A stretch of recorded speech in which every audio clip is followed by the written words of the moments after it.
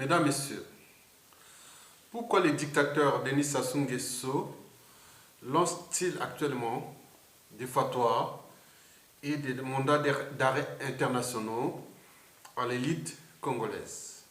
Bon, d'abord, il faut d'abord savoir qu'est-ce qu'une fatwa. Une fatwa, c'est une menace de mort. C'est des menaces de mort. Voilà. Menace de mort, si quelqu'un vous dit, bon, lance une fatwa, ça veut dire qu'il vous menace de mort. Voilà. En France, ici, c'est condamné par la justice, c'est-à-dire dans le cadre de la procédure pénale.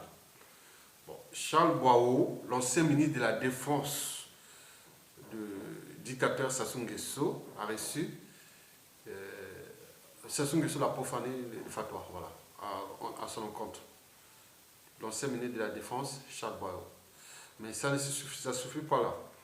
Il a lancé aussi un mandat d'arrêt international à l'écrivain et académicien Alain Mabankou. Donc Alain Mabankou devient un fugitif, donc quelqu'un qui est recherché. Alain Mabankou est recherché par le régime. Donc il rentre dans la liste déjà des 300 fugitifs au régime qui sont déjà ici sur la place de Paris. Parce que pour le régime, si le régime tombe, ils savent que ceux qui vont prendre le pouvoir au pays, qui vont diriger le pays, le Congo, demain, les 2 tiers viendront de France. Donc c'est là où se trouve le plus grand nombre de fugitifs. Bon, donc Alain Mabankou fait partie des 300 fugitifs de France. Il faut ajouter aussi des fugitifs au pays, parce que là-bas, on parle de 5000 fugitifs, des gens qui sont terrés chez eux. Dès qu'ils voient la police ou les policiers en civil, ils deviennent nerveux, ils se cachent. Donc il y en a plein comme ça dans tout l'ensemble du territoire national. Bon, vous savez que chez le dictateur, les concepts ne vaut pas plus que les biceps. Donc les muscles parlent à la place du cerveau. Bon, donc cela pose des problèmes à la fois politiques et morales.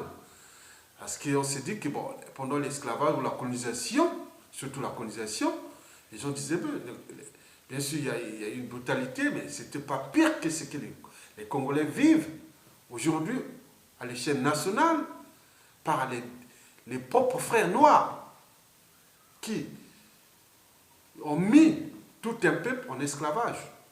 Ce n'est jamais vu dans l'histoire même de l'Afrique noire de ces 50 dernières années. Mesdames et messieurs, pourquoi les dictateurs, Denis Sassou Nguesso, qui au compteur a déjà 32 ans de dictature, lancent ce type de fatwas et des mandats d'arrêt internationaux à l'élite congolaise? D'abord, la première explication, Sassou Nguesso, le dictateur, Sassou Nguesso n'a pas de capacité intellectuelle et morale de pouvoir s'adapter au changement. Cela veut dire que, bon, vous savez d'abord que ce qui distingue fondamentalement l'homme de l'animal, c'est aussi la raison. Oui, même si certains animaux sont un peu raisonnables, oui. Mais, en d'autres termes, c'est que le dictateur, Denis Sassou Nguesso, n'a pas encore franchi la barrière de la raison. Mesdames, Messieurs, la deuxième explication, c'est qu'il faut reconnaître que le dictateur Denis Sassou Nguesso est au bout du rouleau. Il est à bout de souffle. C'est une personne âgée. Il a 77 ans. Il perd parfois la tête. Mais bon, c'est pas dire que ceux qui ont 77 pèsent toute la tête, mais lui, il commence à perdre la tête. Voilà. Bon.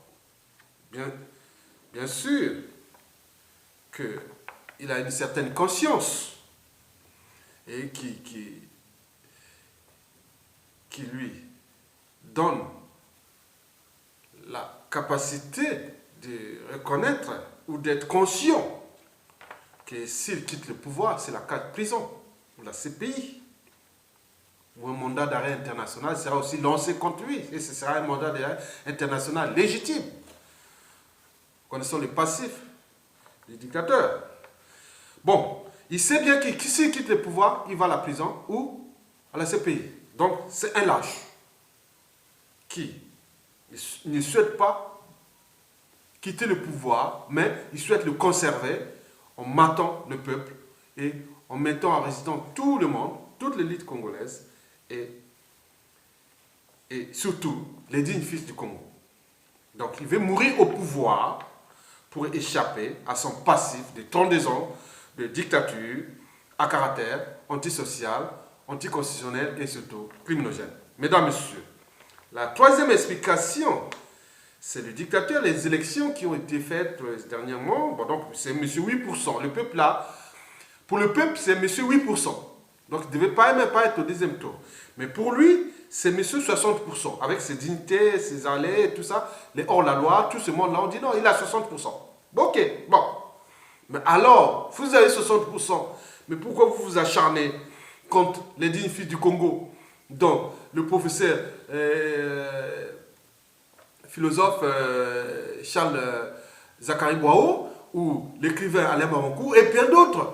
Donc on n'ose plus dire non. Donc un peuple qui n'ose plus dire non, c'est un peuple qui meurt. Donc on n'ose plus dire non.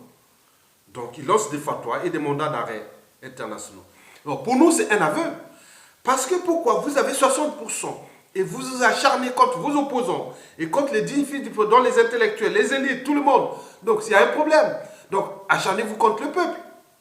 Bien sûr qu'ils s'acharnent contre le peuple parce qu'ils ont tenté de tuer une partie du peuple là. On parle de 3000 morts déjà au cours de ces 2 derniers mois par des bombardements massifs d'hélicoptères de guerre et des emplois de moyens militaires lourds pour bombarder la population. Donc, pour lui, il dit non, mais vous m'avez vu. C'est un aveu, hein. Il a dit vous m'avez pas. Moi, je voulais 60%. Vous m'avez donné 8%. Donc, je vais vous tuer le peuple. C'est ce qu'il est en train de faire. Et c'est le danger. C'est quelqu'un qui est hors la loi. Donc, pour nous, le Congo ne sera pas détruit par lui, mais par nous qui le laissons faire. Mesdames, Messieurs. La 4e explication, c'est que Sassou Nguesso, bien sûr, il a 32 ans de dictature. Bon. Il a des embrouilles avec 4 familles congolaises sur 5 aujourd'hui. Il a des embrouilles avec 4 élites sur 5 au Congo. Il a des élites, il a des embrouilles désormais avec la communauté internationale. Mais il va diriger un pays avec quoi? Avec ça. Donc la fin est proche. La grande cour de récré au Yokrasi sera bientôt terminée. Et donc, Sassou Nguesso sera traduit dans les conditions de la situation de sa chute. Voilà. Bon, le peuple reste toujours souverain. La volonté générale contre la volonté du général. Voilà. Mesdames, Messieurs. Donc, nous avons un seul, je dirais 3 dénominateurs communs. Le premier, c'est Sassou dégage, point barre. Et ce que nous sommes en train de faire par tous les réseaux, Internet, lobbying, action directe, pays ingouvernable, harcèlement. Donc tout ce qu'ils ont en train de faire là, Sassou Nguesso est foutu. Le pays est déjà en faillite. Sassou va il est à 2 pas de craquer. Il va craquer. Il est à 2 pas de lâcher.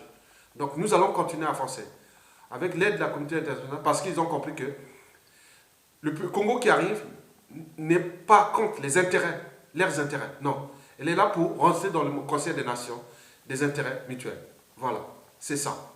Donc on ne peut pas laisser les bicots à quelqu'un qui a échoué lamentablement continuer à détruire son peuple. Donc le dénominateur commun, c'est Sassou dégage. Et ce qui va là, attaquer, il est fini. Sassou est fini. Et proche. La fin est proche, on le sait. Les consignes sont là, les faits sont en rouge. Vous voyez, quand vous voyez dans la nature, en Afrique, quand vous voyez les vautours dans le ciel, c'est qu'il y a un cadavre là-bas. Ou qui tourne au-dessus, donc il y aura un cadavre. Donc, aujourd'hui, tous les faits, c'est comme ça au Congo. Tout ce qui concerne les organisations internationales, le peuple et tout le monde. On est en train de voir là, comme, vous voyez, vraiment, je peux m'aller plus loin. Donc, c'est comme l'histoire du dragon de Komodo. Vous voyez le dragon de Komodo, qui est dans l'île d'Indonésie, là. Donc, sa bouche est bourrée de microbes pathogènes. Il suffit qu'il t'est mort comme ça, c'est fini, il te lâche. Il lâche. Et tu peux partir là-bas. Les grosses bêtes comme des buffles, dès qu'il fait une blessure, c'est fini. Il les suit, il les traque.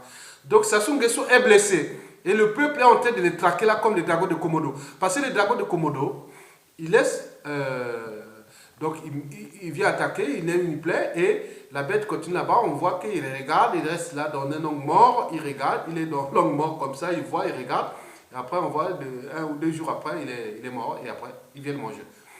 Bon, Donc Sassou Nguesso est comme ça. Sassou Nguesso est blessé. Le peuple a dit à mordu. C'est fini. Mais c'est 8%. Il n'y a plus rien. Il est illégal, illégitime, hors la loi. Et toute la communauté internationale connaît. Et aussi africaine, surtout africaine, aussi et congolais, même les petits enfants. On se moque d'eux. Donc, vous voyez, il est fini. Donc, c'est l'histoire du dragon de Komodo. Donc, il y a une blessure là qui est en train de la pleure.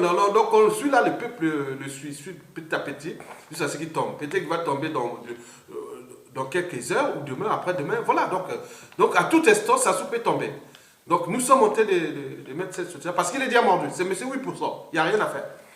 Bon, deuxième dénominateur commun, c'est que là, dès que Sassou Nguesso tombe, nous avons besoin d'une période de transition, de communion nationale. Parce qu'avec tout ce que Sassou Nguesso va nous léguer, un pays en faillite, les mentalités sont déjà déstructurées, des anti-valeurs. Ce n'est pas un seul parti qui va réformer le Congo. Non, non, non.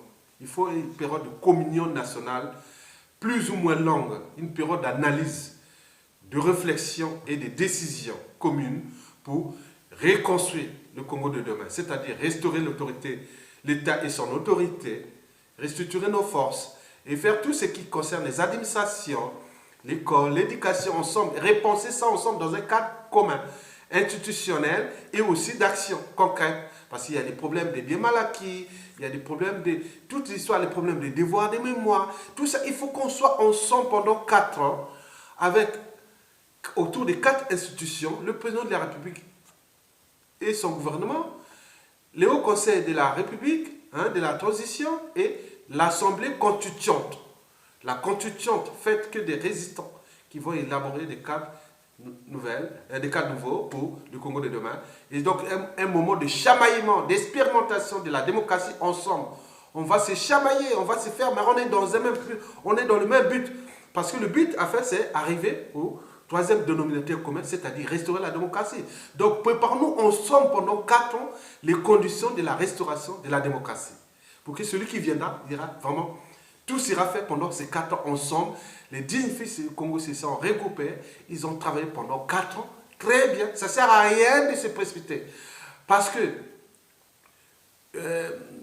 un pays, c'est comme une maison. Comme on appelle l'État, c'est comme une maison. Bon, si une maison sans socle ni fondation, elle se coule au premier coup de vent comme un château de cartes.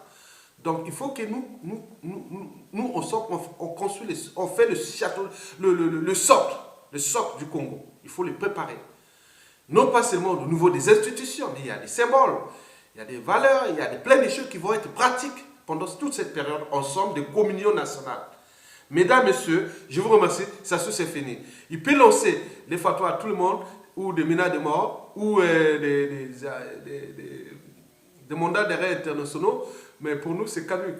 Donc on doit prendre tous les moyens pour l'éjecter, et c'est ce que je parle de l'histoire du dragon de Komodo.